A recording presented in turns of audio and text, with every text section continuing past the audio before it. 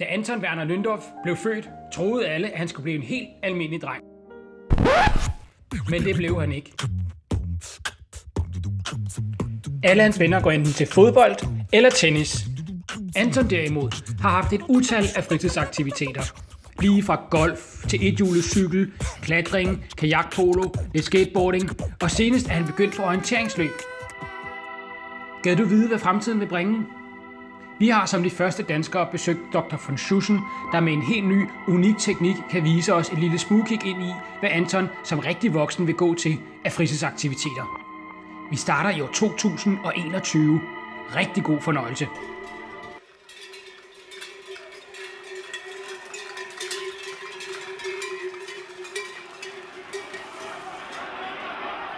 Anton har altid kunne lide at være i Sydeuropa, og Anton har altid kunne lide at løbe. Det her er en perfekt kombination. Her er Anton forresten.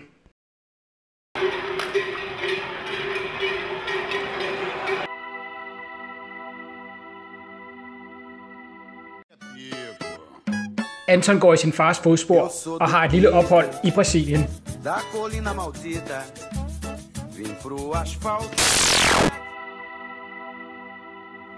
Anton går tilbage til det med løb, nu med strygebræt.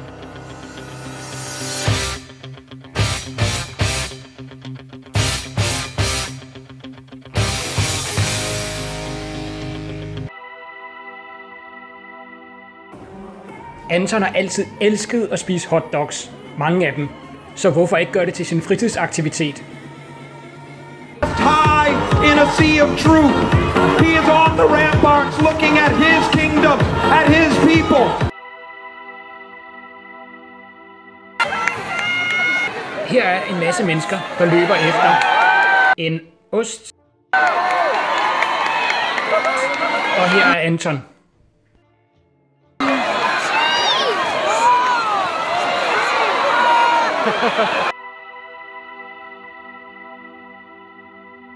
चल कबड्डी कबड्डी कबड्डी कबड्डी कबड्डी कबड्डी कबड्डी कबड्डी कबड्डी कबड्डी कबड्डी कबड्डी कबड्डी कबड्डी कबड्डी कबड्डी कबड्डी कबड्डी kabaddi. Det her, det er ret svært at forklare, men det her, det er Anton.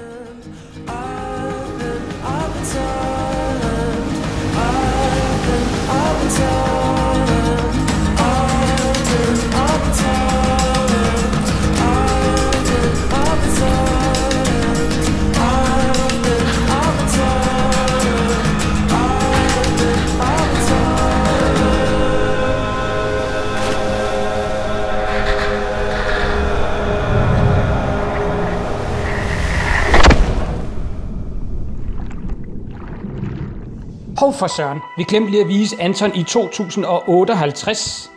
Kilpailu numero tänä iltana ennen mitaliseremonioita. Ja muistakaa arvon ihmiset, että